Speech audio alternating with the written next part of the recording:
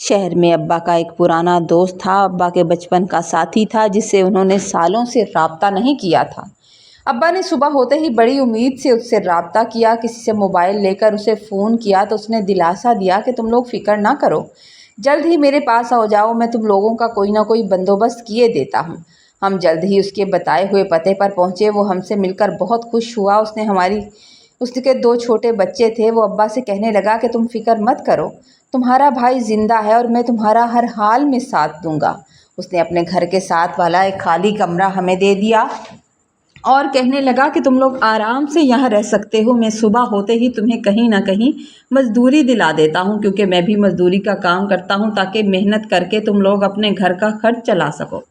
اگر گھر کی عورتیں کچھ کام کرنا جانتی ہیں تو ساتھ ہی فیکٹری ہے جہاں کپڑے سلائی ہوتے ہیں، تم لوگ باعزت طریقے سے اپنا گزر بسر کر سکتے ہو۔ سب لوگ مل کر اگر محنت مزدوری کرو تو ہم اپنا گھر، اپنی زمینیں، اپنا سب کچھ وہیں چھوڑ آئے تھے، لیکن میری ماں کی سوچ ہر لمحہ اپنے بیٹے علی شیر پر اٹکی ہوئی تھی۔ میرا دھیان بھی بار بار اپنے بھائی کی طرف جا رہا تھا کہ نہ جانے وہ کہاں ہوگا، کس حال میں ہوگا، کیا وہ بھوکا تو نہیں ہوگا، کیا اس نے کچھ کھایا ہوگا، جبکہ ابا بھی خاموشی اور کسی گہری سوچ میں گم تھے۔ ایسا لگ رہا تھا جیسے ان کی دنیا اجڑ گئی ہو۔ تھوڑی دیر کے بعد ابا کا وہ دوست کھانا لے کر آ گیا۔ ہم کل رات سے بھوکے تھے، لیکن شدید پریشانی اور خوف میں بھوک کہاں لگتی ہے۔ ہم تھوڑی دیر کے لیے آرام کرنے کے لیے لیٹ گئے اور وہ ہمیں تسلی دے کر چلا گیا۔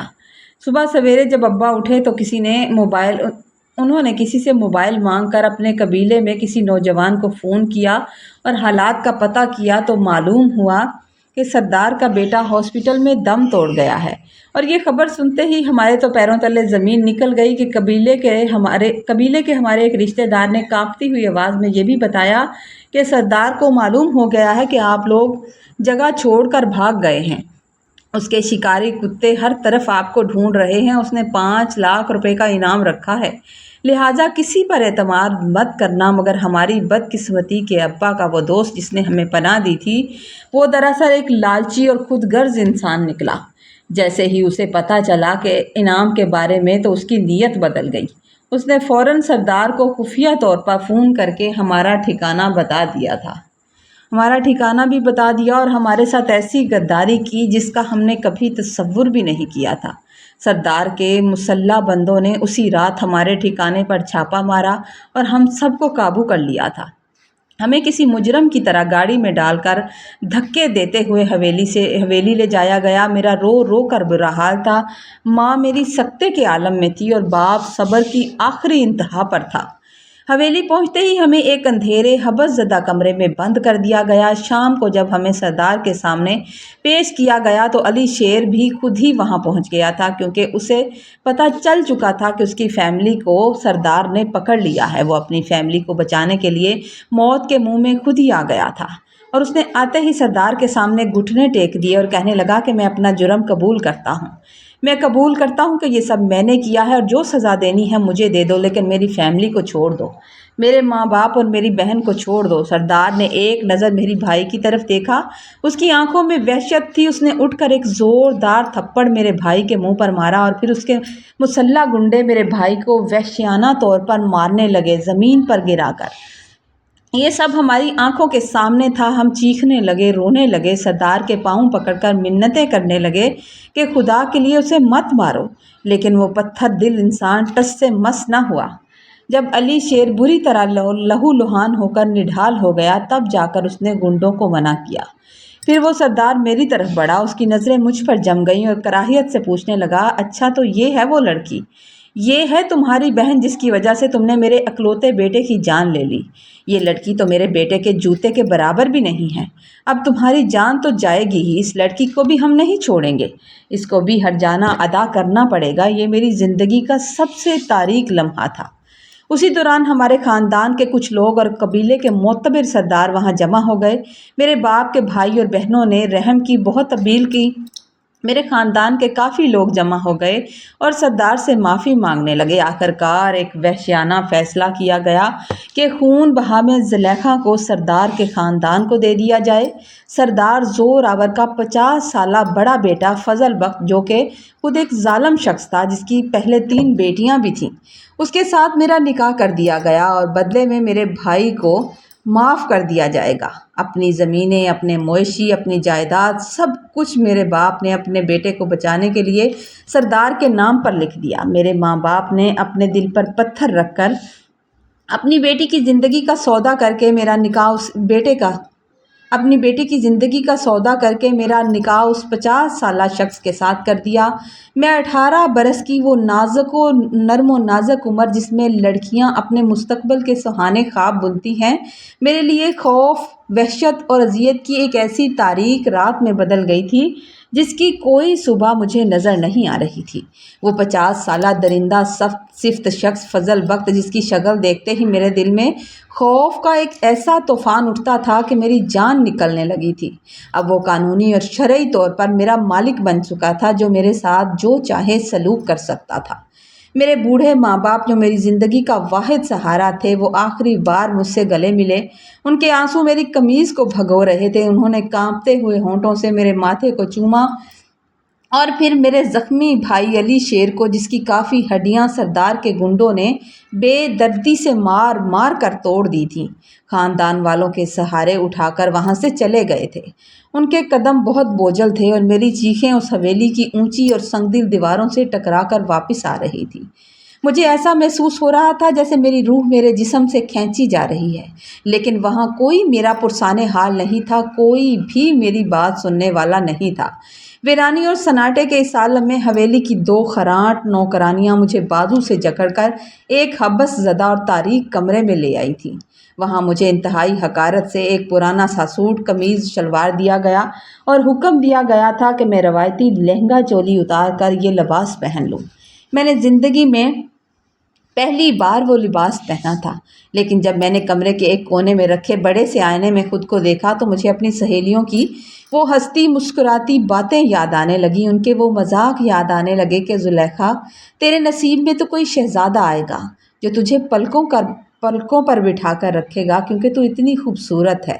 مگر یہاں تو میرا مقدر ایک ایسے درندے کے نام کر دیا گیا تھا جس کی صورت میں بھی میں نے دیکھی ہی نہیں تھی، جس کی عمر میرے باپ سے بھی زیادہ تھی۔ ابھی میں انہی تلخ سوچوں میں گم تھی کہ تھوڑی دیر کے بعد ایک ادھیڑ عمر عورت، جو حویلی کی بڑی مالکن اور فضل بخت کی بیوی تھی، کمرے میں داخل ہوئی۔ اس نے مجھے سر سے پاؤں تلک ایسی کاٹ کھانے والی نظروں سے دیکھا جیسے کوئی حقیر اور گندی چیز ہوں۔ وہ طنزیہ لہجے میں کہنے لگی، اچھا تو وہ تم ہو جو میرے دیور کے قتل کے خون بہا میں آئی ہو۔ سردار نے واقعی کوئی گھاٹے کا سودا نہیں کیا۔ تیرا حسن تو ایسا ہے کہ کوئی بھی تجھ پر لٹو ہو جائے۔ تیرے بھائی کے بدلے میں میرے سسر نے تجھ سے تیرے باپ کی عزت خرید لی۔ اس کے ان زہریلے الفاظ نے میرے وجود کو چھلنی کر دیا تھا۔ وہ نفرت سے یہ لفظ اپنی زبان سے ادا کر رہی تھی اور اس سے پہلے کہ میں کچھ سمجھ پاتی یا اس کی بات کا کوئی جواب دیتی، اس نے پوری طاقت سے میرے منہ پر زوردار تھپڑ لگا دیا تھا۔ میری آنکھوں کے سامنے اندھیرا چھا گیا اور میں کانپ اٹھی۔ پھر اس نے اپنا جوتا میرے آگے کیا اور غصے سے حکم دیا کہ اپنے اس دوپٹے سے میرا جوتا صاف کرو۔ میں نے ڈرتے ڈرتے اپنے آنسوؤں میں بھیگی آنکھوں کے ساتھ اس کے جوتے صاف کرنا شروع کر دیے تھے۔ وہ مسکرا کر کہنے لگی کہ تمہاری یہی اوقات ہے، اسے یاد رکھنا، اس سے آگے بڑھنے کی کوشش مت کرنا۔